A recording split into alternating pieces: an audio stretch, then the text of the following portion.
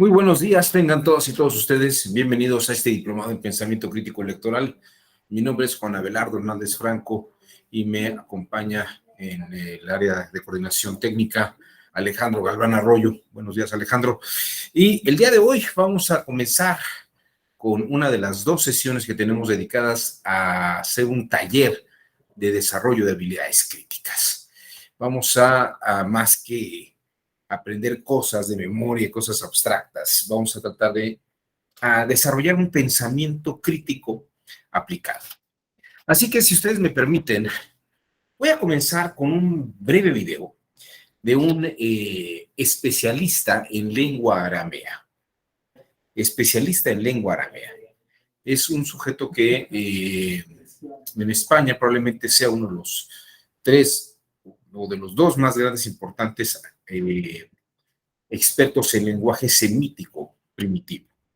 Y vamos a ver este pequeño video donde él explica la diferencia el griego, entre el griego y el arameo. Pero, ¿qué pasa? Que por mucho forma parte de una lengua que se resiste. Porque el griego forma parte de una lengua indoeuropea que por mucho que haga... Pero, ¿qué pasa? Que por mucho que hagamos un esfuerzo de retraducir el griego evangélico según las claves del mundo semita, hay algo en el griego que se resiste, porque el griego forma parte de unas lenguas indoeuropeas que tienen una serie de concepciones de la vida muy abstractas, y todos los idiomas semitas, y aquí tenemos presente el mayor especialista en España de lengua semítica de la Universidad Autónoma de Madrid, y que me corrija el profesor Albert si estoy diciendo algo equivocado, frente a las lenguas indoeuropeas, las lenguas semíticas son muy concretas, muy sensuales, muy plásticas, y las lenguas indoeuropeas son muy abstractas. El bien, el mal, la libertad, la verdad, todas esas palabras a Jesús le caían grandísimas, sencillamente porque hablaba arameo. O sea, hay un límite en la propia lengua de lo que puedes decir y de lo que no puedes decir. Las ideas abstractas no se dicen en arameo, ni en árabe, ni en hebreo. Porque todo es muy concreto, muy material, muy sensorial, muy sensual, muy colorido. Todo tiene forma, todo tiene existencia, nada es el ser. Las cosas existen, pero nada es abstracto. Claro, solo eso hace que una relectura del Evangelio en clave semita te baje de la teología a la vida. Esta es quizás la consecuencia más bonita y más interesante de la relectura de los Evangelios en clave semita, y es que Jesús deja de hablar de dogmas y deja de hacer teología y te habla de la vida. Fijaos el Padre Nuestro. ¿Qué he dicho? He dicho... y no nos metas en situaciones difíciles. Nesiuna, la tentación. No, la tentación no. Esa situación en la que uno dice, madre mía, ¿cómo salgo de esta? Como yo de esta conferencia, ¿no? ¿Cómo salgo? Una prueba, una dificultad, una nesiona, o la pasan membilla, sino que líbranos de el mal, de lo malo, del maligno, no, de lo que nos entristece, de lo que nos hace daño, de lo que nos debilita. Visha es lo que te hace más débil. Y líbranos de nuestros pecados. Bueno, ahora creo que se dice de nuestras deudas, bien por el Vaticano, porque literalmente Haubain son deudas. Hauba es deuda, pero deuda económica. Las hipotecas, líbranos de las hipotecas. Qué bonito que rezáramos. Ese es el Padre Nuestro de Jesús.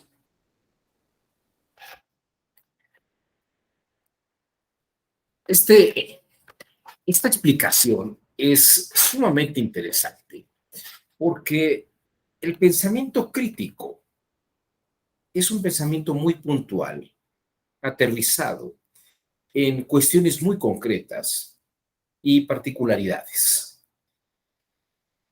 Cuando hablamos del pensamiento crítico, es el pensamiento que hace una revisión sobre una situación contextualizada, particular, concreta, y precisamente todo lo que conlleva.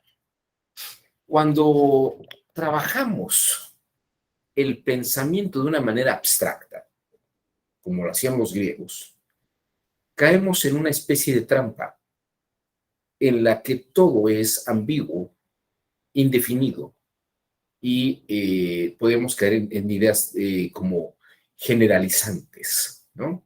Como lo decía Vicente Haya, líbranos del mal, ¿no? Más bien, evita que entre en una situación triste. Y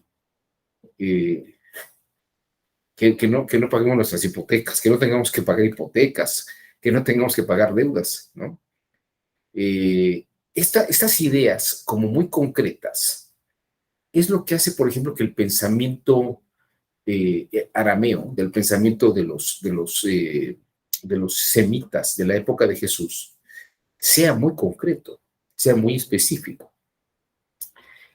Y a veces yo les diría que mucho que permitió el desarrollo del pensamiento crítico en los Estados Unidos es esta forma de interpretar la Sagrada Escritura en situaciones particulares, contemporáneas y concretas, ¿no?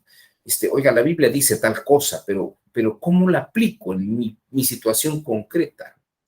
Esta forma de repensar y de revisar lo que dice el texto es muy importante. ¿Y qué tiene que ver esto con el campo jurídico? Exactamente lo mismo. El derecho no está escrito en un lenguaje de concretos. Siempre está escrito como un lenguaje generalizante.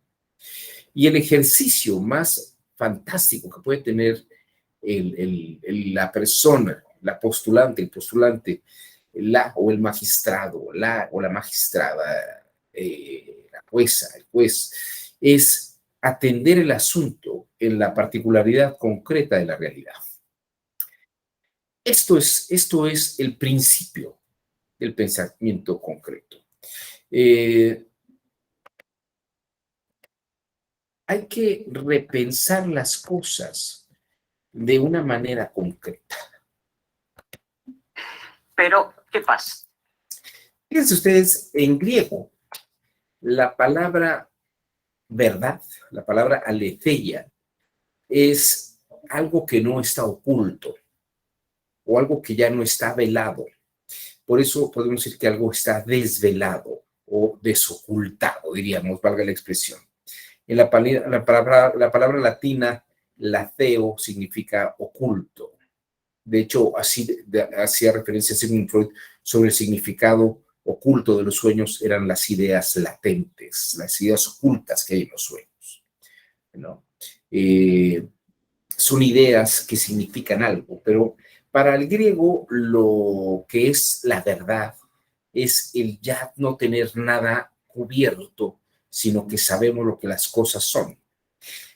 Esta idea de la verdad como algo general, abstracto, nace con el primer filósofo griego del que habla así que en la verdad general es precisamente Parménides.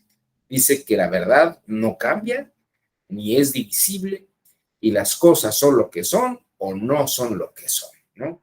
Como diría aquí el secretario de Salud, la tapabocas sirve para lo que sirve y no sirve para lo que no sirve, ¿no? Esa es la idea de verdad y es una visión del mundo griego. En cambio, fíjense qué interesante, cuando hablamos de la idea de verdad en el mundo semítico, para el arameo, la palabra verdad se dice quichot, que significa una verdad evolutiva. Es una verdad que va ocurriendo de momento a momento, ¿no? De instante a instante. Y esto es muy interesante porque a diferencia de Parménides y los griegos y Aristóteles y Platón, la verdad puede variar de un momento a otro. La verdad es algo que ocurre en este momento, en este instante, pero tal vez un segundo o 2 segundos después, todo el contexto puede hacer cambiar lo que está ocurriendo como en un instante como verdadero. Esto es muy interesante. Incluso vean ustedes que otras palabras relacionadas como emet, que significa verdad, pero es una verdad que pactamos en un momento determinado.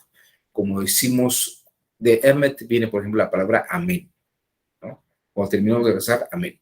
El amén es igual a decir y que sea verdadero esto que decimos. O decretamos esto como una verdad, o señalamos que esto es una verdad, ¿no? Cuando terminamos de rezar el credo o el Padre Nuestro, o amén, ¿no? Que esto que he dicho es verdad. Esto es una, además cada vez que se reza, se reconfirma como una verdad. Emet, de ahí viene amén, que significa también fe o la verdad que yo le tengo a algo. Pero también la verdad y la fe pueden perderse de un instante a otro. Y para el arameo, para el hebreo, de la época contemporánea del griego, hablar de la verdad, la generalidad, era un absurdo. Para los pueblos semitas, la verdad se presenta como en el sentido de una confianza, de que yo estoy entendiendo esto contigo, estoy pactando esto contigo aquí y ahora.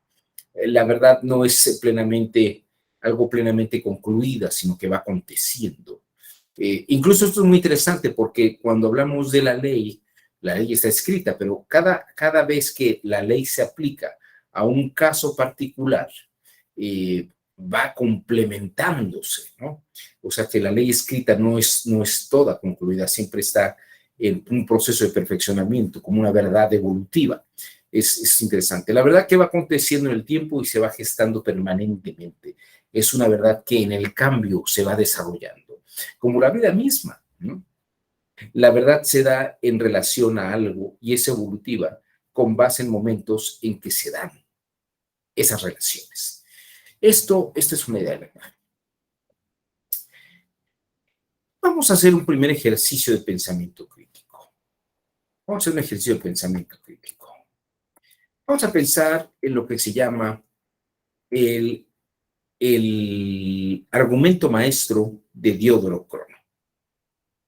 Es un autor del 284, es un autor que, bueno, parece que muere en el 284, es un autor casi contemporáneo a Aristóteles, con el que Aristóteles tiene un encuentro ideológico, no personal, porque discuten la siguiente pregunta. La expresión mañana habrá batalla naval, ¿es verdadero o es falso? Mañana habrá batalla naval, ¿es verdadero o es falso? Hay algunos autores que, como Richard Gaskin, que le han dedicado obras enteras. Una de ellas es esta, que ven ustedes aquí, que se llama precisamente La batalla naval y el argumento maestro, ¿no? Es un debate entre Diodoro Crono y Aristóteles. Mañana habrá batalla naval. ¿Es verdadero o es falso? ¿Es verdadero o es falso? ¿Qué piensan ustedes? Si yo digo en este momento, aquí y ahora, mañana habrá batalla naval, o es más, vamos a pensar que soy un almirante de fragata, ¿no? Y digo, mañana habrá batalla naval. O soy un almirante chino que me encuentro frente a las costas de Taiwán el día de hoy. Y les digo, mañana habrá batalla naval. ¿Esta expresión es verdadera o es falsa? ¿O de qué depende esto? ¿Qué piensan ustedes? Considero que es más como un plan, ¿no? Digo, hay muchas cosas que pueden pasar de aquí a mañana. Se puede tener toda la intención, sin embargo, hay factores externos que pueden impedir que eso pase. Pero entonces la afirmación no tiene categoría de verdad o mentira.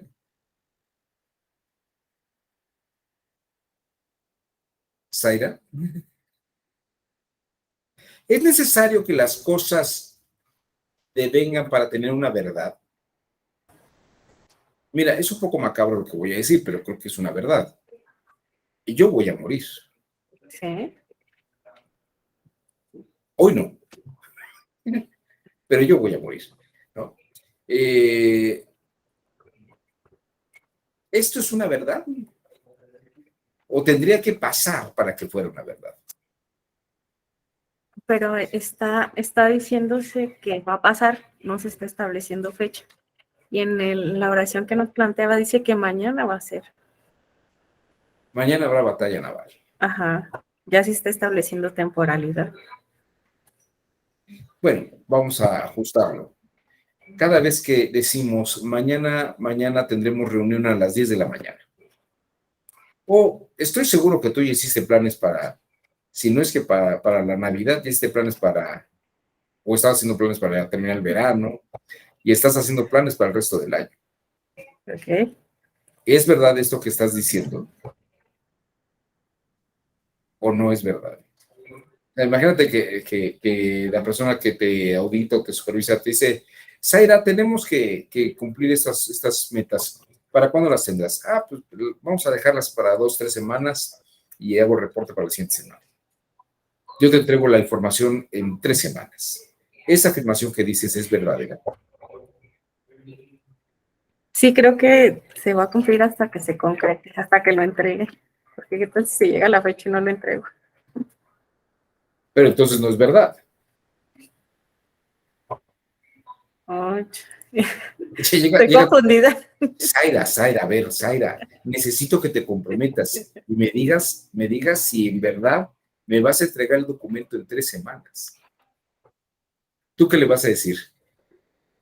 Sí, Vas a casi, entrar en el casi. dilema filosófico y le dices, no lo sé, no sé si voy a vivir mañana. Puede Es más, pasar o no no. sé si voy a vivir el siguiente instante. Claro, claro. No, ¿Te pues ahí. fijas cómo entramos fíjate que en qué dilemas entramos cuando estamos pensando filosóficamente? Así como el griego, Definitivamente. ¿no?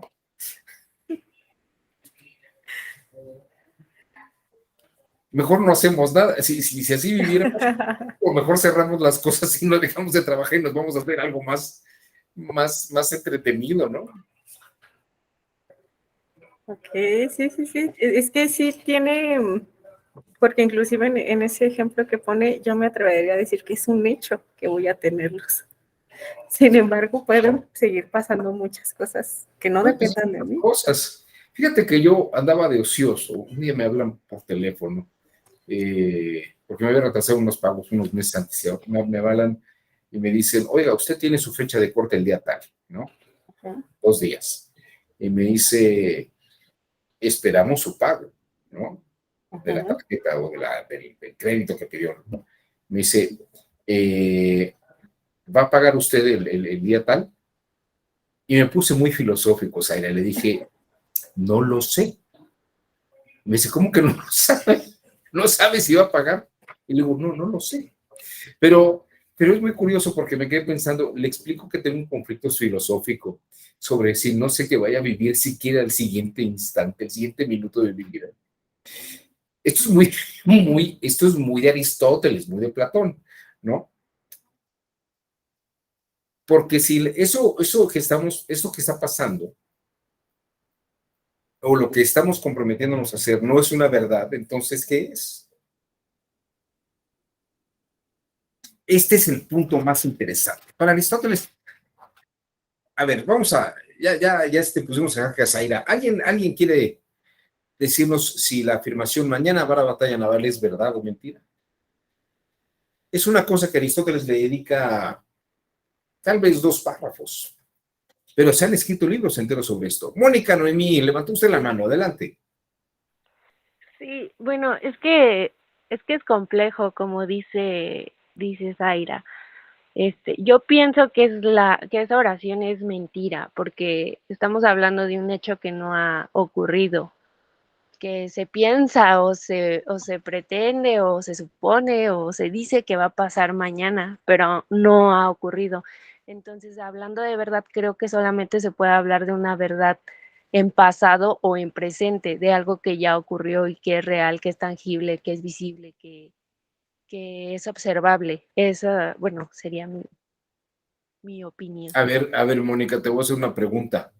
¿Hubo fraude en las elecciones de 2006?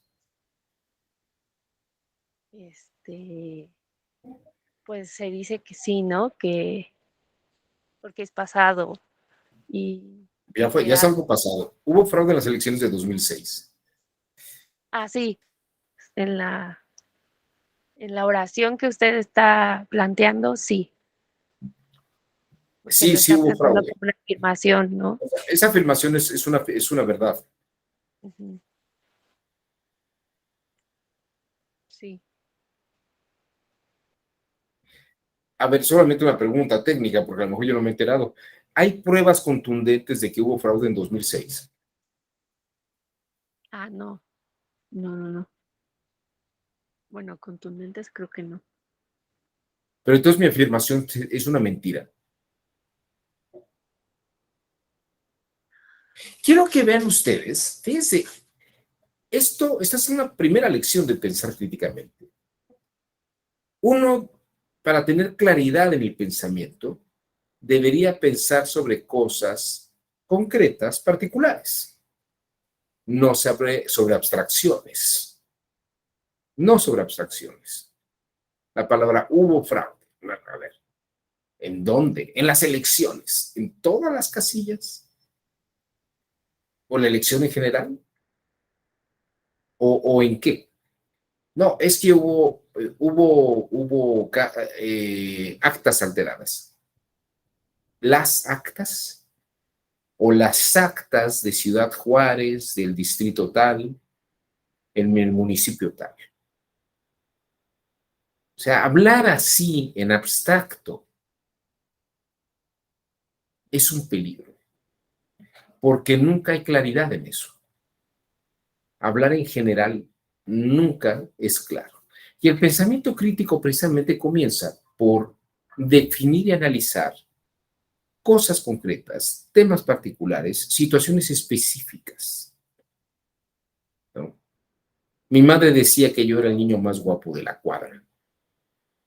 Bueno, es su opinión. O habrá tenido algo que verdaderamente...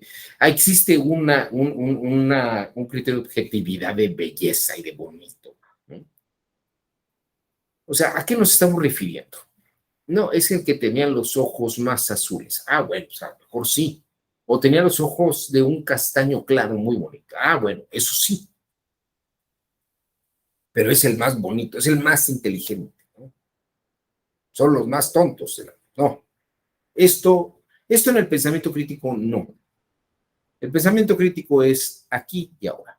Decía Noam Chomsky, este lingüista norteamericano, que Michel Foucault, cuando tuvo Noam Chomsky con Michel Foucault un encuentro en Holanda a principios de los años 70, de los 1970, le preguntaban a ambos autores si estaban dispuestos a participar en la revolución, en una revolución social. Y entonces Foucault dije, sin duda alguna, para acabar con el poder. Y Noam Chomsky, mucho más crítico que Foucault, dijo, a ver, espérame un minuto. En la revolución en la que voy a participar, ¿qué criterios tiene? ¿Cuáles son los principios que la van a regir? ¿Qué es lo que vamos a transformar? ¿Lo que estamos haciendo va a afectar a alguien? ¿En qué sentido y cómo? ¿Y cómo vamos a cambiar la vida de la gente en tal o cual condición? A ver, dígame, antes de decir si vamos a una revolución, dígame qué va a pasar, ¿no? Yo me imagino a Fidel y al Che Guevara diciendo, es que va a mejorar la calidad de vida de los cubanos, ¿no? Un Chomsky les diría, van a comer 3 veces al día proteína, van a tener oportunidad de ampliar su conocimiento leyendo obras liberales. Dice, es que en Cuba el nivel de analfabetismo es 0. Sí, claro, el nivel de Cuba de analfabetismo en Cuba es 0. Pero ahora pregúntenle a un cubano que puede leer. Puede leer el Granma, los discursos de Fidel, los artículos de Fidel Castro, puede leer el Capital, los comentarios del Capital de Marx, puede leer a a Martí, puede leer cosas cubanas, ¿no? Pero pensar que puede leer a John Locke o que puede leer La riqueza de las naciones, no, pues eso no lo lee. No hay nadie en Cuba que no sepa leer. El problema es que no tienen que leer, ¿no? Los libros que no están establecidos y definidos por el Estado están proscritos y eso no se puede leer. Y claro, eso es lo que hace el pensamiento crítico.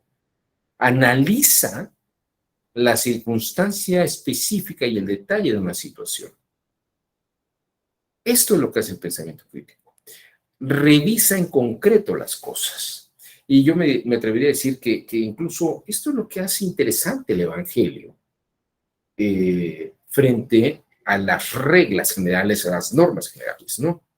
Como cuando Jesús dicen que hay una ley hebrea, ¿no? En el Éxodo existe la maná y Yahvé Dios manda a los hebreos las leyes, ¿no?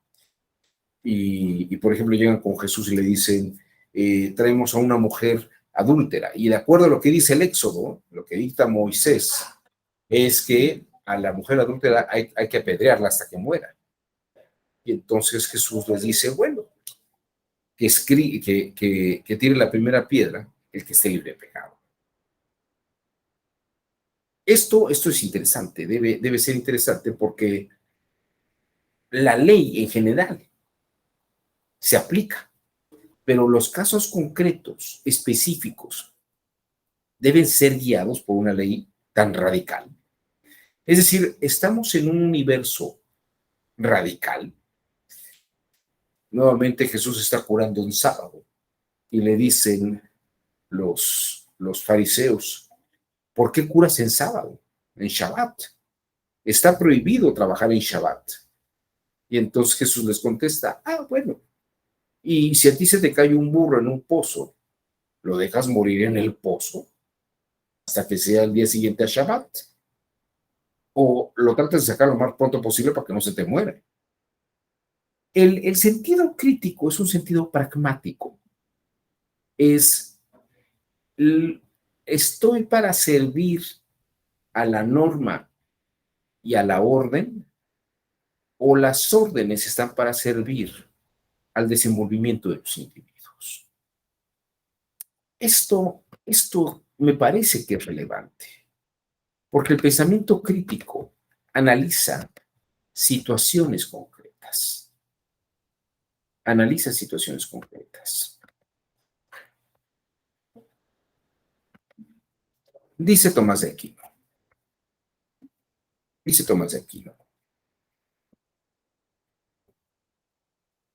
Esto está en la Suma Teológica. Este es un teólogo seguidor de Aristóteles.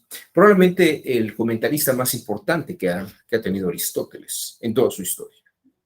Dice, la razón especulativa, es decir, aquella que estudia los principios universales, trata principalmente sobre cosas necesarias, cosas que no van a cambiar, como que los ángulos, como que el cuadrado de los catetos, la suma del cuadrado de los catetos equivale al cuadrado de la hipotenusa, ¿no? Esa es una verdadera razón universal que no va a variar. Sus conclusiones particulares, como sus principios comunes, expresan verdades que no admiten excepción. Cualquier triángulo, rectángulo que dibuje, la suma del cuadrado de sus catetos será equivalente al cuadrado de la hipotenusa. O, por ejemplo, en un triángulo equilátero, los lados del triángulo equilátero todos sumarán 60 grados. O sea, perdón, cada ángulo tendrá que ser de 60 grados, porque la suma de todos esos ángulos tiene que ser de 180 grados. Y si el triángulo es equilátero, los ángulos tienen que ser iguales, ¿no? Eso no hace falta que incluso lo experimentemos, es algo que es una verdad evidente. En la práctica, si no se da, no es un triángulo equilátero, ¿no? La razón práctica, en cambio, dice Tomás de Aquino, la razón práctica, la que está aterrizada en situaciones concretas, se ocupa de cosas contingentes, como son las operaciones humanas, y por eso, aunque en sus principios comunes todavía se encuentra cierta necesidad Cuanto más se desciende a lo particular, tantas más excepciones se ocurren. Esto es bien importante. Y el pensamiento crítico precisamente ve en las situaciones particulares si los principios generales pueden ser pertinentes o no. Esto que dice Tomás de Aquino, aunque les pueda parecer sorprendente, va en la misma línea de lo que Michel Foucault escribe en un texto que se llama La microfísica del poder. Cada situación, dice Foucault, responde a su propia microfísica. Y para comprenderla, deben investigarse los principios y reglas propios de un asunto. Y esto, en palabras de Aquino, sería como ver cómo los principios en el contexto, en las circunstancias, en las condiciones concretas, se adaptan, tienen modificaciones o se aplican rígidamente. Y esto es precisamente lo que es interesante, como un sujeto como Michel Foucault coincide con una visión como la de Tomás de Aquino. ¿Cómo es que se puede dar esta conexión? De hecho, Foucault dice que no existe un lugar único. En griego la palabra lugar es topos. No existe un lugar tópico único, donde todo toma lugar de la misma manera. No existe un lugar tópico, sino que hay varios lugares donde las cosas ocurren de distintas maneras. No es lo mismo un homicidio en la calle que en la iglesia. Estas son cosas distintas. Hay actividades que, dependiendo del lugar, tienen otra forma.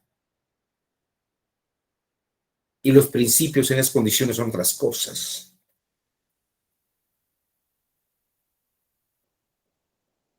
Esto es estudiar de una manera crítica las situaciones. Dice Foucault, tal vez deberíamos pensar en una ciencia de los diversos lugares. Él llama a eso una ciencia de heterotopología. Es decir, que no hay un lugar, no hay un solo tópico, sino que hay varios tópicos. Heterotopología, que son varios lugares donde se dan las cosas.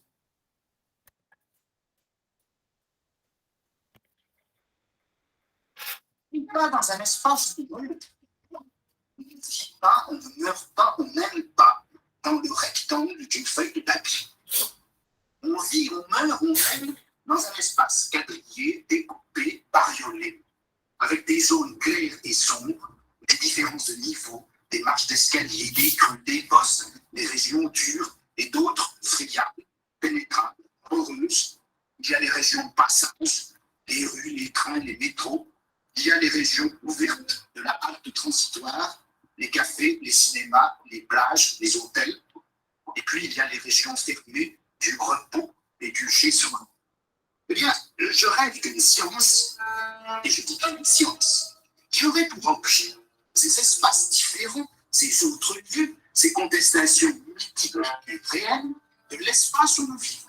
Cette science étudierait non pas les utopies, puisqu'il faut réserver ce nom à ce qui n'a vraiment aucun lieu, mais elle étudierait les hétérotopies, les espaces absolument autres. Et forcément, la science en question elle s'appelle déjà l'hétérotopologie. Esa es la heterotopología. Cada caso, cada microfísica de un asunto tiene su propia lógica y se puede descubrir por una forma de analogía. Puede entreverse lo que gobierna y domina una situación. Pero fíjense que hay que poder expresarlo en un lenguaje concreto. Ni siquiera me atrevo todavía a decir que podría ser un pensamiento analítico. El pensamiento analítico puede trabajar sobre abstracciones, pero imagínense la potencialidad que tiene un lenguaje concreto, un lenguaje sobre cosas particulares específicas, en un lenguaje analítico en el que controlamos cualquier inferencia posible de lo que se dice y se hace. Claro que esto a la gente que le gusta manejar ideologías le genera un problema, porque habla sobre generalidades y hay una cierta alienación sobre generalidades.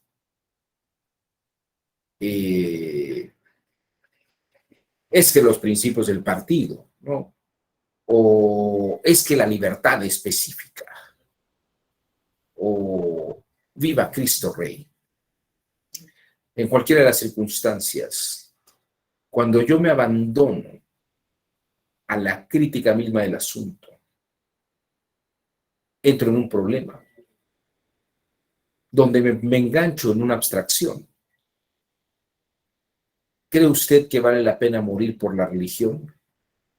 Le preguntan a un judío en un campo de concentración, a un rabino. Y el rabino dice, creo que podría servir más vivo que muerto.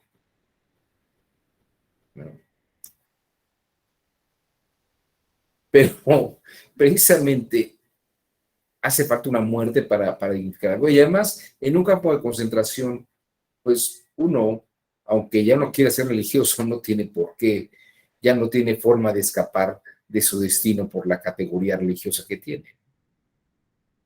O por la categoría, claro, si por un prejuicio en el que la religión va con la etnia, ¿no? O con la genealogía. Hay muchos judíos que no nacieron judíos. Hay conversión judía, no tan grande como en otras religiones, pero sí hay conversiones al judaísmo. ¿Qué es exactamente lo que hay que resolver? ¿Qué es exactamente? Fíjense la pregunta que estoy haciendo. ¿Qué es exactamente lo que hay que resolver? Aquí es donde empieza el pensamiento crítico. ¿Cuál es el punto? Fíjense la expresión. ¿Hacia dónde tengo que ver? ¿Cuál es el punto de debate o cuál es el punto de discusión que tiene que resolverse? ¿Cuál es el punto que tiene que resolverse? Déjenme presentarles un ejercicio.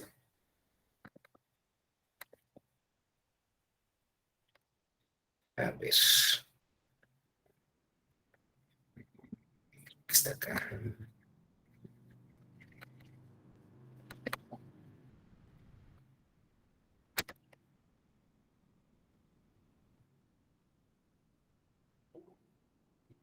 A ver, aquí Roberto Ramírez dice, es una de las frases de los libros Los hombres de Panilov, de Alejandro Beck. No les pido que mueran por la patria, les pido que vivan por la patria. Muertos no pueden defenderla. Ah, mira, está buena la anécdota. Los hombres de Panilov. No la he leído. Seguramente el rabino que le preguntaron esto, sí lo leyó. Habrá que preguntarle al rabino. Voy a preguntar a un amigo que lo entrevistó. Porque lo que vi fue una entrevista que le hicieron a ese rabino. No sé quién fue, pero creo que es muy buena. Está. A ver, déjeme ver. Es que no quiere abrir mi.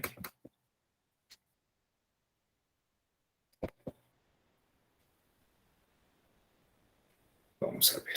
Allá está viendo. Exactamente.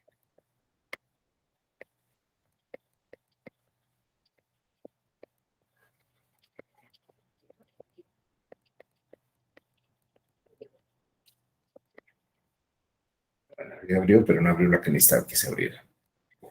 Acá está. Esta sí es. A ver. Miren, vamos a hacer un ejercicio.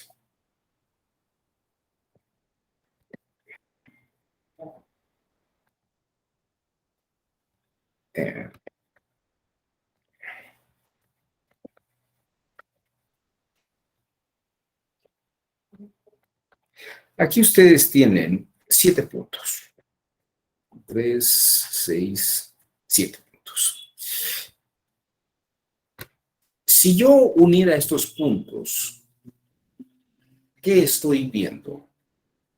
Y fíjense que el análisis de los puntos varía del parámetro de referencia. Estos son hechos. Pensemos que, bueno, no pensemos, son hechos. Es un hecho que ahí hay 7 puntos, ¿no? Ahora, esos puntos tienen una forma de vincularse. Ahora, yo podría comenzar a vincular estos puntos de esta manera. Y fíjense que podría lograr hacer ver esto como un cubo.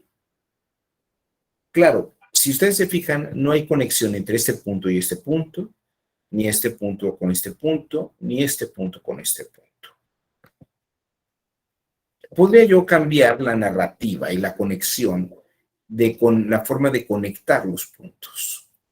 Y ahora, por ejemplo, sí conecté este punto con este, pero ya no conecté este punto con este de acá. Ni ocurrió la conexión de este punto con este de acá, ni de este con este. Y parece que tengo también un cubo, pero en otra dirección. Es un cubo en otro sentido. Y también podría hacer una conexión general de esto. Y parece que en vez de ver un cubo u otro cubo, veo un hexágono. Ahora bien, incluso si veo este cubo, me podría preguntar si es un cubo como el primer cubo que vimos o es un cubo como el segundo cubo que vimos. Aunque también puedo estar viendo el hexágono. Pero ¿de qué te depende que vea un cubo en una dirección o otro cubo en otra dirección? Depende de dónde coloquemos, de dónde estemos viendo el punto de referencia. Esto lo explica muy bien Euclides al principio de su geometría.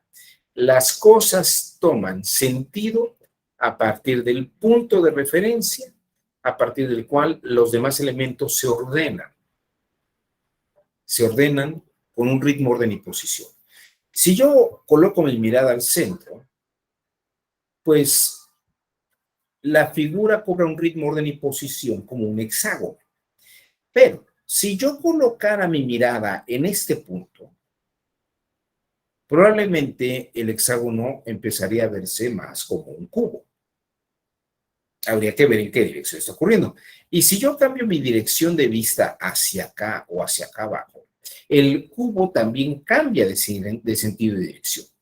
Cuando defino el punto de referencia, me estoy refiriendo, valga la expresión, valga la redundancia, a qué estoy viendo en ese momento, en ese instante. ¿Qué estoy viendo en ese momento, en ese instante?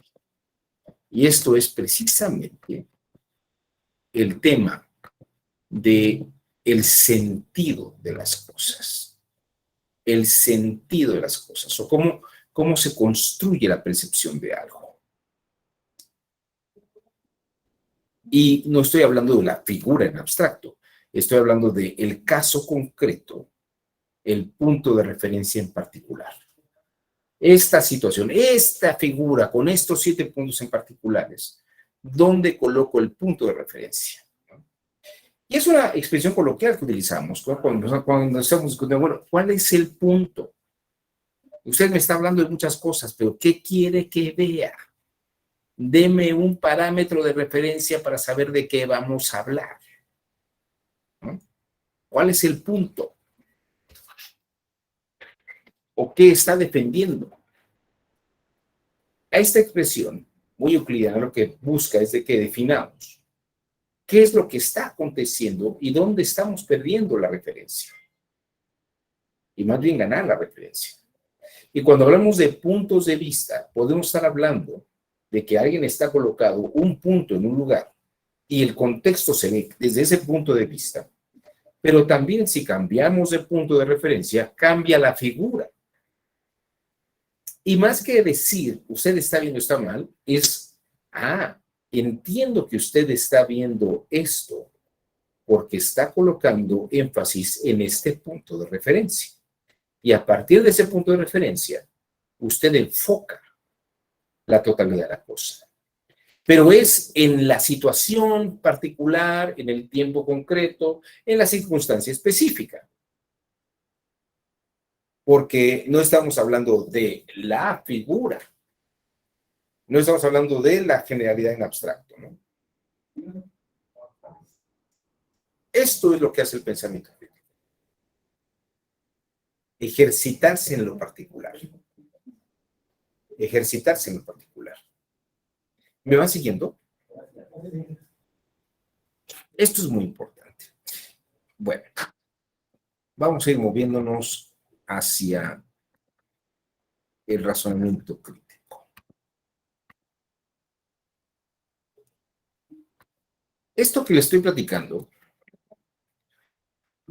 lo dice Demócrito de Abdera, un contemporáneo de Sócrates, pero un gran maestro de Aristóteles. Aristóteles cita en su Metafísica un pasaje donde Demócrito de Abdera dice que todos los elementos de un asunto se ordenan para el que está observando bajo un ritmo, orden y posición. Por ejemplo, el orden. Ahí viene la A, aquí está la H. Aquí tenemos, por ejemplo, dos elementos. AH y HA. Esto si estoy leyendo de izquierda a derecha. Ahora bien, aquí el punto esencial es el siguiente. Es lo mismo decir A, H, que A, o A. No es igual. Porque en el campo del lenguaje y del pensamiento, el orden de los factores sí altera el producto. No es como la multiplicación donde el orden de los factores no altera el producto. En la parte lingüística, en la parte del pensamiento humano, el orden de los factores sí altera el producto. Entonces no podemos decir, claro, es que tenía los elementos H, sí, pero ¿en qué orden? ¿Cuál iba primero y cuál iba después? Luego dice Demócrito que hay que entender la posición. Es qué posición hay que tomar, a partir de cuál punto de referencia. Y aquí tienen ustedes una figura que se llama el pato conejo. El pato conejo es, desde un punto de vista, un pato, y desde otro punto de vista, un conejo. Todo depende de la posición que tomemos en razón del orden. Aquí está el orden. Si lo vemos de derecha a izquierda o de izquierda a derecha, de arriba hacia abajo, de abajo hacia arriba. Esa es la posición. Estás arriba, estás abajo, estás del lado derecho, estás del lado izquierdo. No es solamente una cuestión del orden. El objeto está ordenado. El tema es a partir de dónde lo estás viendo. Esa es la posición. Y luego el ritmo, lo acabo de explicar hace un instante. Es cuando vemos la figura completa, pero hay que definir el orden y la posición para ver si estamos viendo un cubo, estamos viendo otro, o estamos viendo un hexágono. Octavio Paz dice en El arco y la lira, las palabras se juntan y separan atendiendo a ciertos principios rítmicos. Y se le dicen, ¿de qué está hablando este profesor? ¿No? Estoy hablando de que no solamente es un tema de puntos, de posiciones y de órdenes.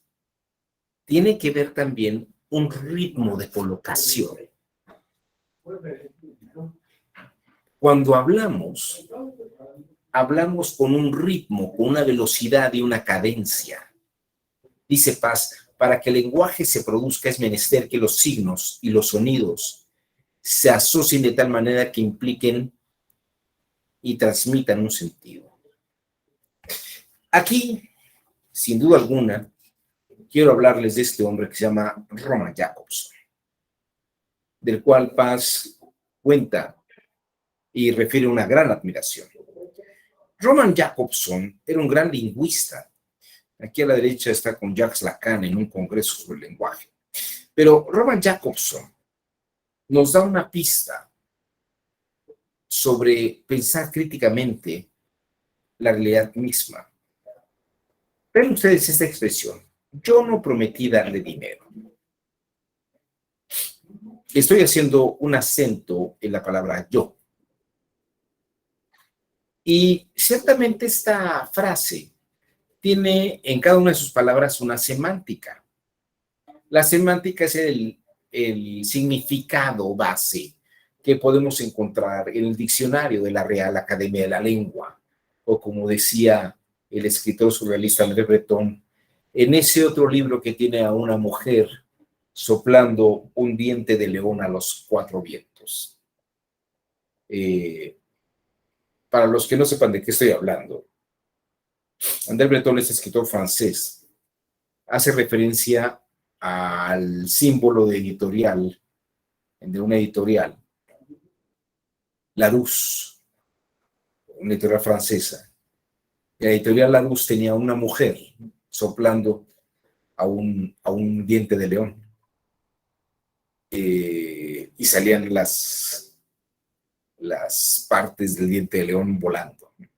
Entonces, cuando digo esto, la semántica es el significado que vemos en un diccionario. Ve, dice Roman Jakobson,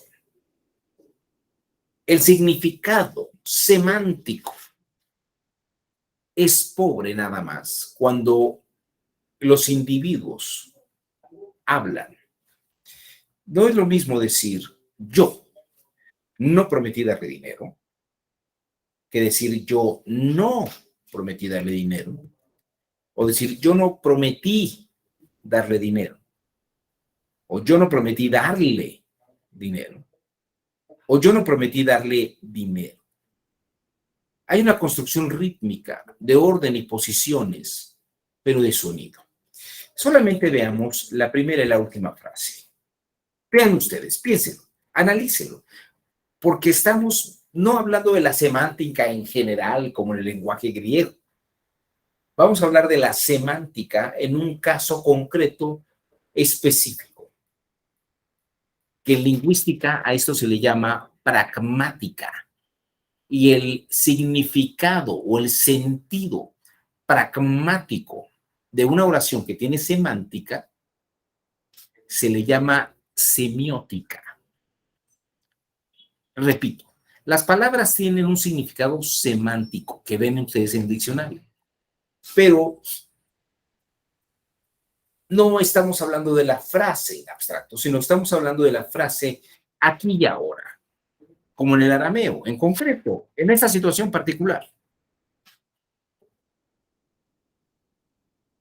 Y a eso se le llama, en una situación práctica o pragmática,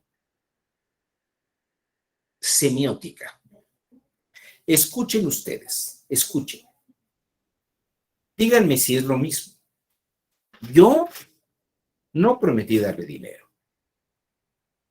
Yo no prometí darle dinero. Segunda frase. A ver. Yo no prometí darle dinero. Repito. Yo no prometí darle dinero.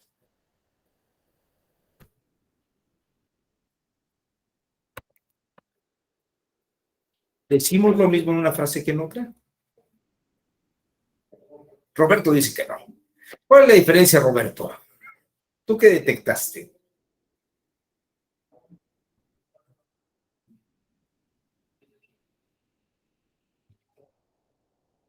Híjole, Roberto tiene problemas con el micrófono. No te preocupes, Roberto. Bueno, a ver, alguien que haya detectado esa diferencia también. Esto, fíjense que esto que le estoy platicando es la primera clase que yo tomé en un curso de litigación en la Universidad de Emory, en Atlanta. No me acuerdo de las demás clases, pero esa clase sí me acuerdo, porque es fantástica. Porque decía el expositor, Lo que ustedes tienen que aprender desde el principio es aprender a escuchar lo que están declarando las partes. Tienen que aprender a escuchar lo que dice la testigo. Tienen que aprender a escuchar lo que dice la perito o el perito. Porque tiene un sentido semiótico, pragmático, una circunstancia específica. No habla de el caso en abstracto, ni el asunto y la frase en abstracto. Habla de la frase, el asunto en ese caso particular, en ese sentido, en ese heterolugar, diría Foucault. En ese heterolugar que es particularmente individual, contextualizado, singularizado. Roberto, ahora sí levantaste la mano. Y a ver si creo que ya tienes el micrófono. Te escuchamos. Sí, disculpe, es que no tenía mis audífonos. Bueno, el primer caso es que alguien le prometió darle dinero, pero pues yo no soy. Así es. Y en el Sí, segundo muy bien. caso, sí le prometí dar algo, pero dinero no. Exacto. Muy bien, Roberto. Muy bien. Esto es hacer un análisis crítico a partir de los que alguien está expresando, pero tenemos que aprender a escucharlo. Esta es la gran lección de Roman Jakobson y es la aportación de Roman Jakobson para el derecho y para el pensamiento crítico. Hay que saber qué dice alguien. Todo el mundo sabe qué significan las palabras te amo. Te es un pronombre de segunda persona y amo es un verbo que denota afectividad. Pero no es lo mismo cuando dos adolescentes con cara de borregos a medio morir se ven mutuamente a los ojos y se dicen con voz temblorosa y quebrada, es que te amo. Que cuando iba yo con mi ex esposa en el automóvil y discutíamos y le decía, bueno, ya, te amo, ¿sí? Es igual. El diccionario de la Real Academia nos dice, claro, la semántica dice eso, y la luz también lo dice, ¿no? Pero no es igual porque hay una semiótica que da un sesgo pragmático distinto a la frase. Y por eso mismo, en un tribunal, en una sala regional y en la sala superior, las magistradas y los magistrados debaten el sentido de las expresiones. Porque no estamos resolviendo en abstracto, estamos resolviendo en un asunto concreto, particular, en el que hay que definir un lenguaje particularizado y singularizado.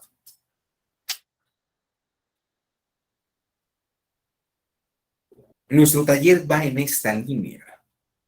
Entender un asunto singular en una situación particular, porque esto es hacer pensamiento crítico. Esto es hacer pensamiento crítico. ¿De acuerdo? El análisis crítico no es sobre ideologías, normas, teorías abstractas. Es sobre una situación concreta específica, donde hay que hacer un juicio específico, en una microfísica, diría Foucault, donde hay lugares distintos, y cada lugar distinto tiene su microfísica, tiene su particularidad,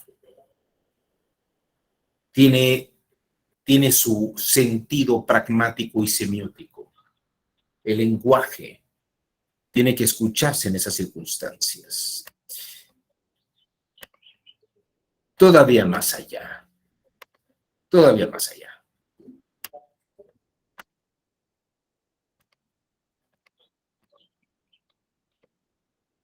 Lewis Carroll, este gran profesor de lógica matemática, escribió un libro que se llamó Alicia en el País de las Maravillas. Y hay un pasaje en su libro donde el sombrerero loco platica con Alicia. Ahí también se encuentra la Liebre de Marzo. Y le dice lo siguiente. Le dice a Alicia, el sombrero, no es lo mismo, me gusta lo que como lo que me gusta. Fíjese, estas dos frases, vamos a pensar en Demócrito. tienen un ritmo, orden y posición distinto, aunque son las mismas 5 palabras que podemos buscar en un diccionario como el Larousse o el de la Real Academia de la Lengua, donde podríamos ver la semántica y el significado de diccionario de la palabra. Pero, como diría Roman Jacobson, cuando se unen bajo un ritmo, y Octavio Paz, cuando se reúnen en un ritmo, orden y posición distintas, como también lo dice Demócrito, y además le carga una enunciación, parece que no dicen lo mismo. Me gusta lo que como. Como lo que me gusta. ¿Qué estoy diciendo arriba y qué estoy diciendo abajo?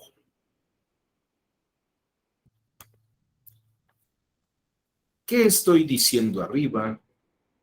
¿Qué estoy diciendo abajo?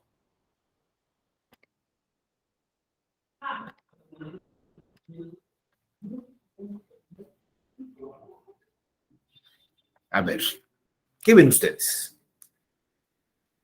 ¿Es lo mismo? ¿Se está diciendo lo mismo? ¿Se está hablando lo mismo?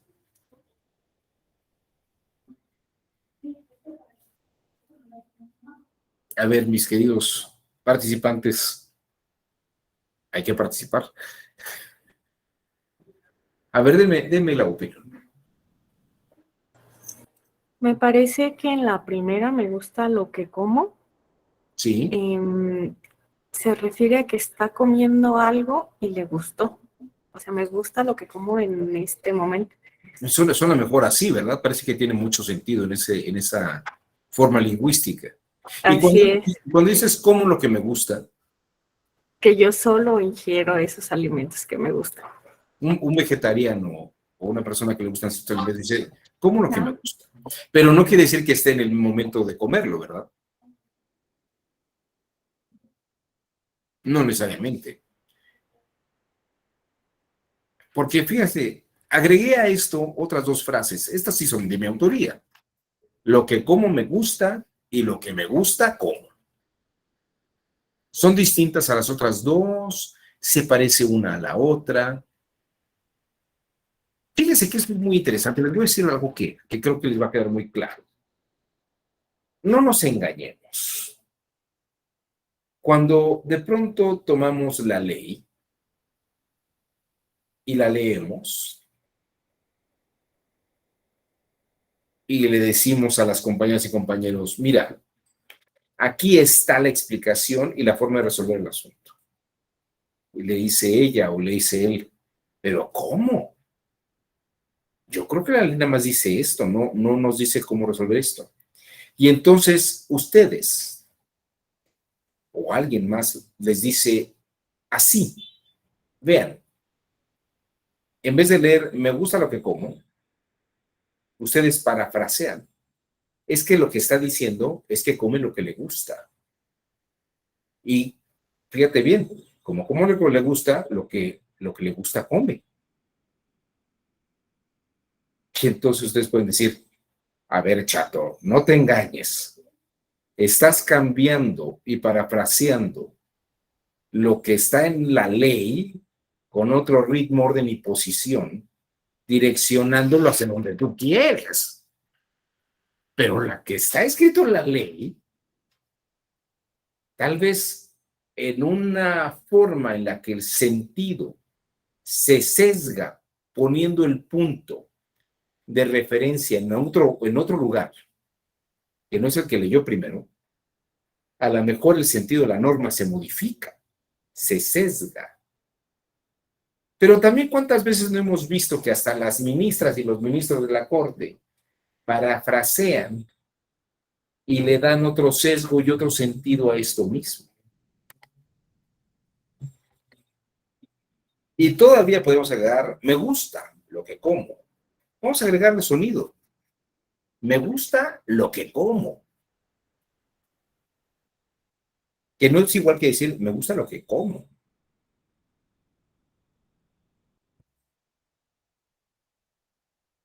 Como lo que me gusta. Como lo que me gusta.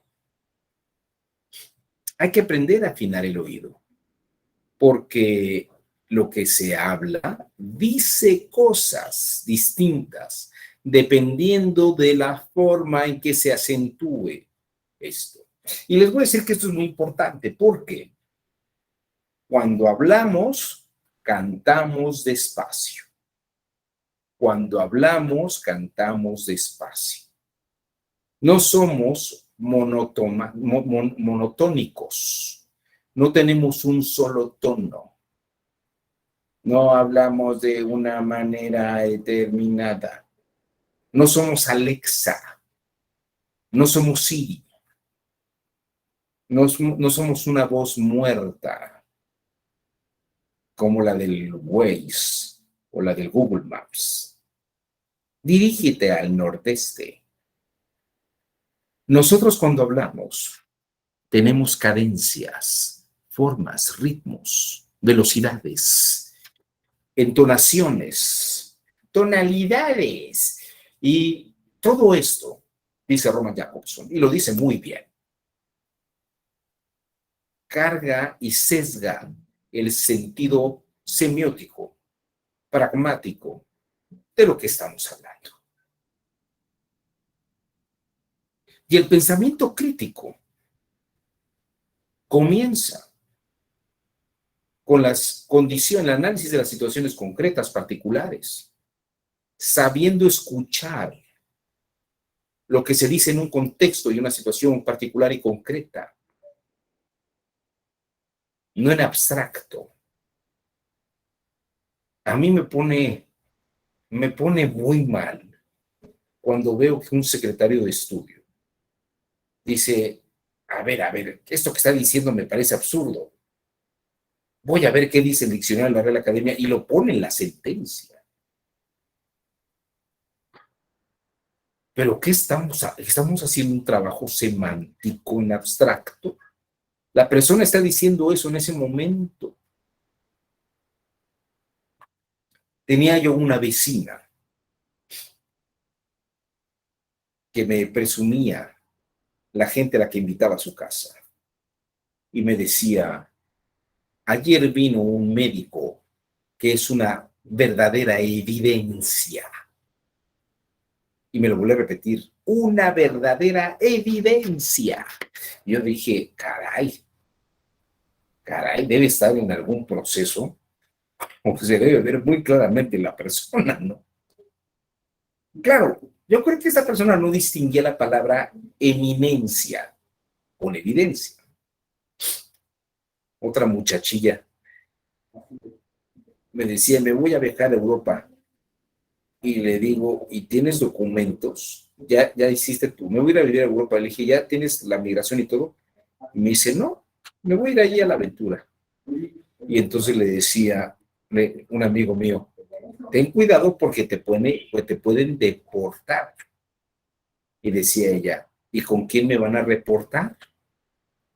O sea, ella no conocía la palabra deportar. Así como la otra señora pensaba que escuchaba una palabra y decía, es evidencia, ¿no? La gente habla, la gente rumora, dice Johann Sebastian, ¿no? La gente dice cosas, pero esas cosas que dice no están en el diccionario de la Real Academia. El sentido con el que la gente habla no está en la semántica del diccionario de la Real Academia, ni tampoco está en el de Larousse ilustrado. Está en su situación particular concreta.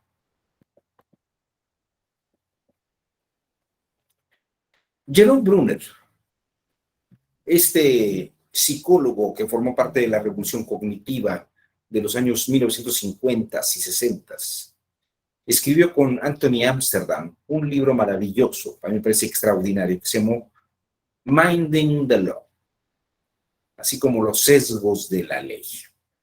Y en esta obra, él lo que va mostrando es cómo las declaraciones de las partes, cómo las pretensiones de las partes, cómo lo que anuncian las partes puede ser sesgado en un sentido o en otro.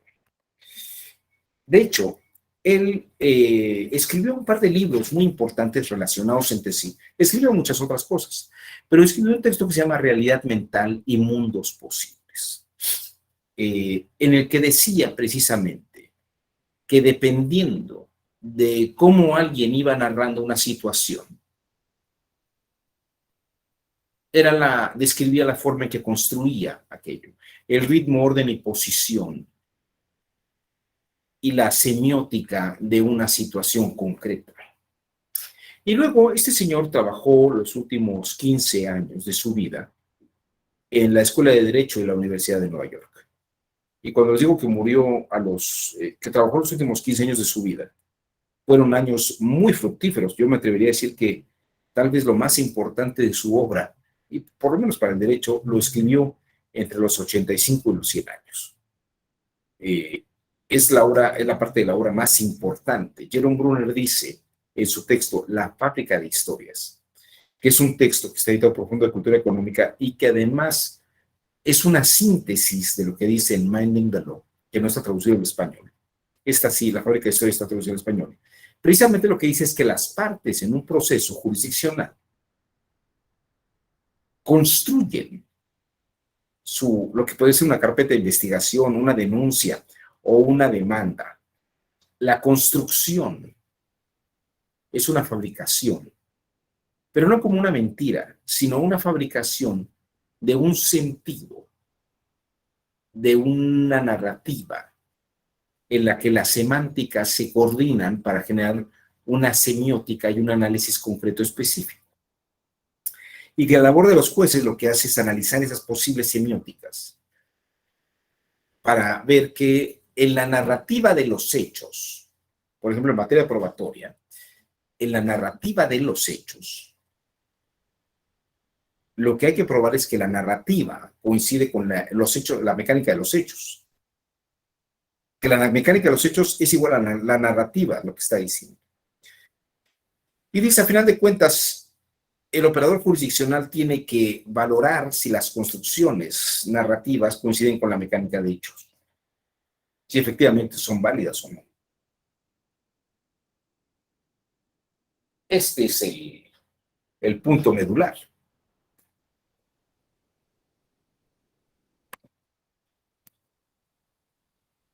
Este es el punto medular. Si lo que estoy diciendo tiene lógica y además coincide con la mecánica de lo que está ocurriendo en la realidad. Pero esa narrativa tiene que ser concreta, no abstracta. Es que me hizo violencia, me agredió, especifique agredir.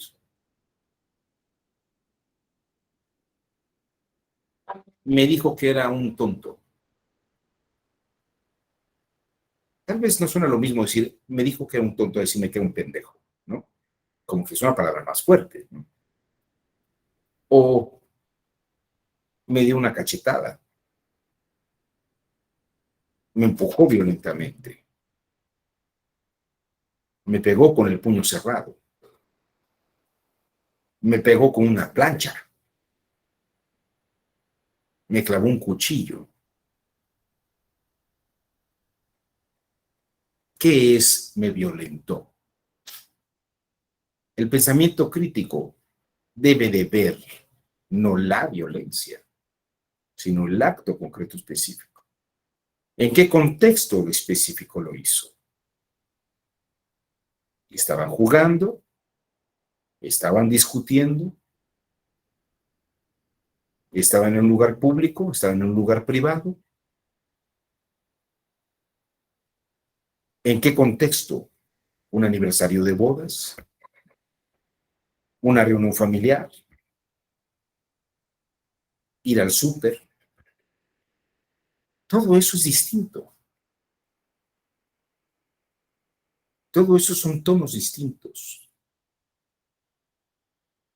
Son contextos distintos que tienen su microfísica.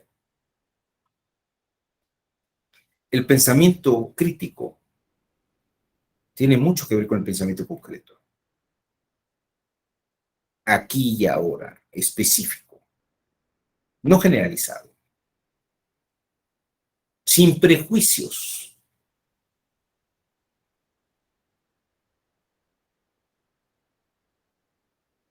Y hay que detectar estos factores. Bueno, ya una vez que di estas pautas, vamos a hacer un ejercicio. ¿Les parece? Les voy a poner un ejercicio de un filósofo argelino que se llama Jean-François Lyotard. Bueno, en realidad el ejercicio que les voy a poner es un ejercicio clásico, pero lo rescató Jean-François Lyotard y le da un sentido importante. Para sintetizar las ideas de un asunto hay que definir tiempos y sentidos específicos. Esto es lo que dice Lyotard. Vamos a ver. Analizando todo esto del pensamiento concreto. Vamos a ver. Aquí está el tema. Cuentan que el sabio Protágoras, un contemporáneo de Sócrates, muy famoso porque sabía enseñar a convencer, Protágoras sabía enseñar a convencer, fue descubierto por un joven que se llamó Evatlo. Y Evatlo quería ser abogado y enseñar y aprender a convencer para poder ganar en sus juicios a través del convencimiento. Y entonces Protágoras es contratado por Evatlo y le dice: enséñame a convencer y te pagaré 30 minas. 30 minas era un dineral de aquel entonces. Una colegiatura más cara que la del TEC de Monterrey. Y entonces le dice Protágoras: muy bien, pactemos, ¿no? Entonces le enseña, dice Protágoras, a convencer. Le enseña a hacer posturas, a hacer entonaciones, a hablar, a decir, a analizar, a desarrollar un pensamiento crítico. Y luego, ya que terminaron sus clases, le dijo Protágoras: bueno, pues a pagar, ¿no? ¿O qué? Y entonces Evatlo le dice: vamos a hacer un trato, Protágoras. Yo recibí tus lecciones, pero no sé si aprendí a convencer. Vamos a hacer un pacto. Ya quedamos que tú me enseñaste a convencer, pero yo necesito verificar que he aprendido a convencer. Entonces vamos a hacer lo siguiente. Déjame ir a juicios y con que gane yo un juicio, ya quedará confirmado que yo aprendí a convencer. Y entonces te voy a pagar. Pero si no he aprendido a convencer y no gano ni un juicio, no te voy a pagar porque no hay prueba evidente de que yo sepa convencer, ¿no? Entonces, como verán, es una condición suspensiva, esperando que solamente Evatlo gane un juicio. ¿Qué fue lo que pasó? Evatlo, durante las siguientes semanas, llevó a cabo varios asuntos y fue a juicio. Y desde el juicio 1 hasta el juicio 20 que llevó, todos los perdió al hilo. Todos los perdió al hilo.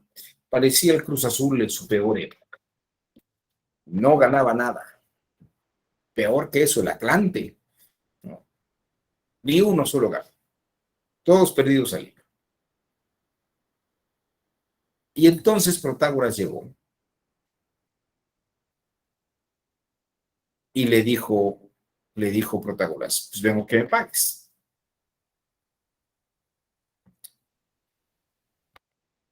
Y Evatlo dijo: no te voy a pagar porque no he ganado ni un solo juicio. Ni un solo juicio ganado. Y entonces Protágoras demanda a Evatlo. Le dice: no vas a pagar, chato, porque yo te enseñé a convencer. Y entonces dice Evatlo: pues tú demándame. No he ganado ni un juicio. Y entonces llega el día del juicio. Y Evatlo expone su posición. muestra todas las sentencias de los juicios que ha perdido.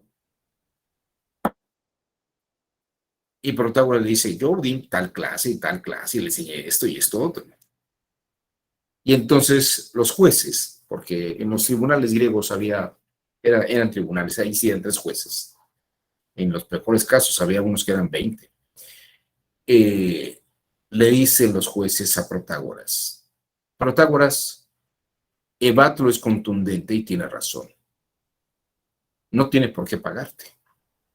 Por lo tanto, este juicio lo gana Evatlo y se acaba la sesión. En ese momento, Evatlo esboza una gran sonrisa y Protágoras también. Dice, ¿ya ves? Me pagas. Y le dice, pero ¿por qué? ¿No viste a los jueces que no te pago? Porque yo gané. Y le dice Protágoras, es que porque ganaste, ahora me pagas. No te voy a pagar, Protágoras. Los jueces han dicho que no te paguen. Esto que tienen ustedes aquí enfrente es una paradoja. Pero si me han puesto atención, podrán resolver la paradoja. ¿Cuál es la respuesta a esta paradoja? A ver, piensen un poco. Vamos a dar unos minutos. Es más, vamos a dejar unos 5 minutos. Son las 12:30. Si quieren, váyanse a tomar un cigarrito, a echar un cigarrito, a hacer un café. Yo voy a hacer una horita.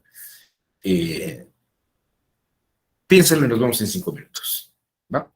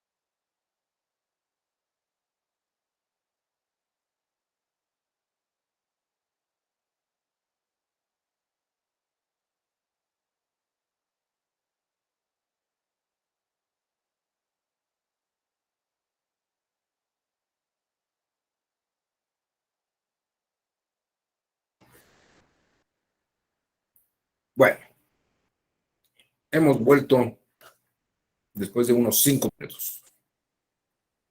Me gustaría ver qué es lo que encontraron ustedes y cómo consideran ustedes que se responde esta paradoja. A ver. Pues deriva de que mencionó que cuando ganara el primer juicio le iba a pagar, o sea, y ya lo ganó. Independientemente de lo que resolvió el juez, había esa como promesa o compromiso. Aunque el proceso mismo, los jueces dicen que no hay que pagarle. O sea, tú dirías, Pero ya como ganó, entonces sí hay que pagarle. por el compromiso previo al juicio inclusive. Por eso, Digo, entonces, en tu opinión, hay que anular la decisión de los jueces. me parece que son como momentos diferentes o como... No es como judicialmente, por así decirlo. Ese va más allá. ¿No es algo judicial? ¿Tú crees que no es judicial, Zaira? El compromiso que hicieron, ¿no? Ok, vamos a ver alguna otra opinión. A ver quién más. A ver quién más. Tenemos aquí, este es un taller, pero hay mucha gente que solamente está viendo y escuchando. Hay otros que no están viendo, pero se están escuchando, y otros que ven, pero no escuchan. A ver quién más. No sé, a ver. ¿No? ¿Nadie? Usted, Jonathan Chávez, ¿no?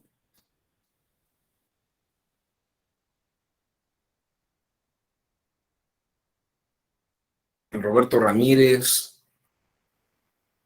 Fernando Saldaña, a ver quién no está aquí.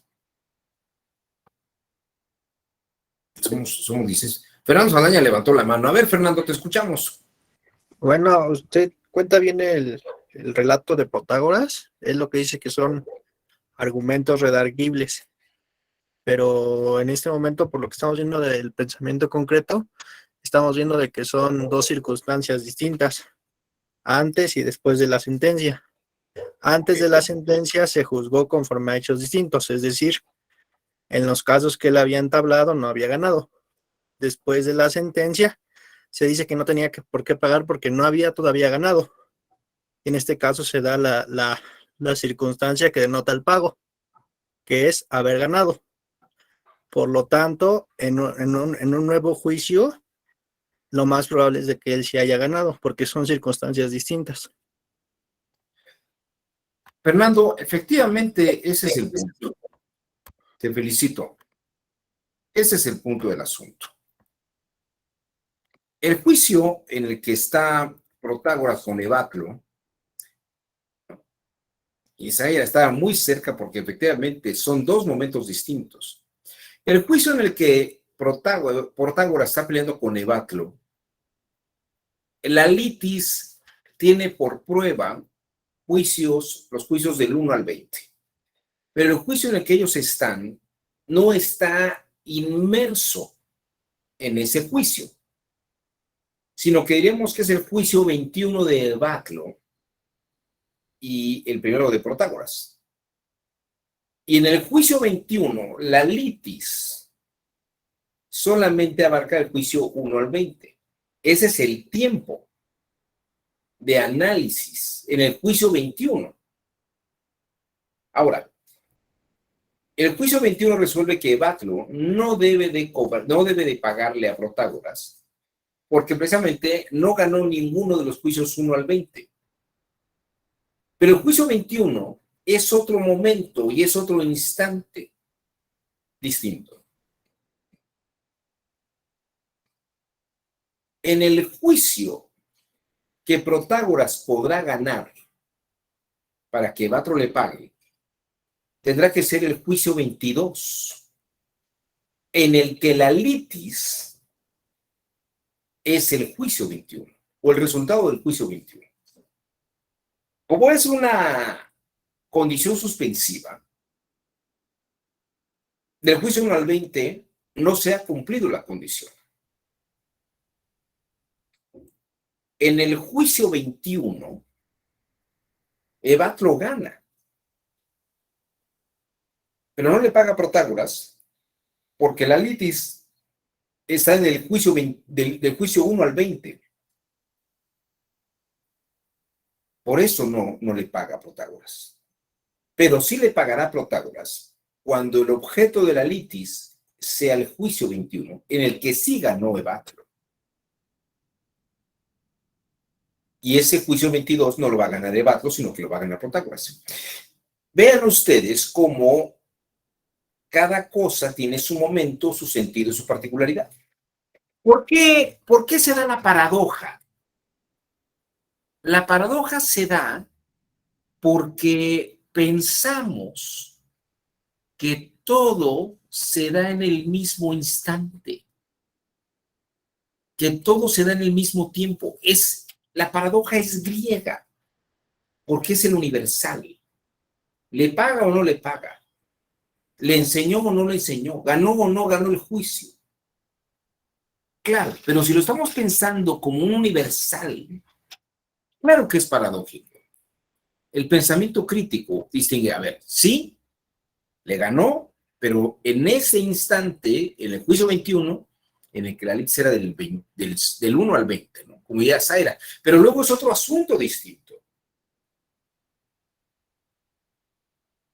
Esto es la aportación del pensamiento semítico al pensamiento griego. Adelante, doctor. Fácil. Vean ustedes cómo la paradoja se resuelve con esa definición de momentos sentidos. ¿De acuerdo? Bueno, no sé si hasta aquí hay alguna duda o alguien quiere hacer algún comentario. Adelante, Roberto, levanta usted la mano. Sí, bueno, tuve problemas de comunicación, estoy haciendo unas diligencias. Sí, es esa cuestión, a veces o leemos sesgadamente algo o nos ubicamos en esos tiempos, porque sí se requiere un poquito de análisis, vaya, de la situación. En este caso, y lo de Protágoras, pues sí, a pesar de que ganó, pero pues ya cuánto tiempo pasó, ¿no? Igual también podría considerarse de que pues aprendió a convencer, pues más bien por la experiencia que por una clase, ¿no? Después de tantos juicios que perdió, pues ganó uno. Pero ya no fue a consecuencias de lo que Protágoras le enseñó, sino de los golpes que tuvo en la práctica. Exactamente, Roberto. Exactamente. Pero bueno, aquí lo interesante es que analizarlo se hace por todo esto que hemos platicado.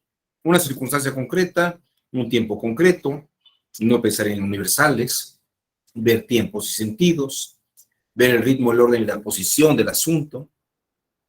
Todo esto que hemos platicado desarrolla pensamiento crítico.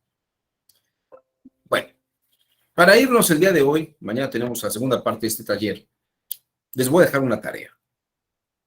Vamos a ver lo que se llama la paradoja del mentiroso. La paradoja del mentiroso. La paradoja del mentiroso es cuando ustedes mismos y ustedes mismas se dicen, yo siempre digo mentiras. Yo siempre digo mentiras. Pregunta, ¿es eso una verdad o es una mentira? Porque si es verdad que siempre dicen mentiras, entonces es una mentira que digan la verdad, que siempre digan mentiras. Y si es verdad, y si es una mentira, perdón, que siempre dicen mentiras, entonces es verdad que siempre dicen mentiras. ¿Se entiende? La expresión es yo siempre digo mentiras. Piénsenlo, medítenlo. Nos vemos mañana en punto de las 11 de la mañana para ver cómo resolvieron ustedes esta paradoja. Que tengan ustedes muy buena tarde. Hasta mañana. Gracias, Gloria. Gracias. Gracias. Gracias, profesor. Gracias.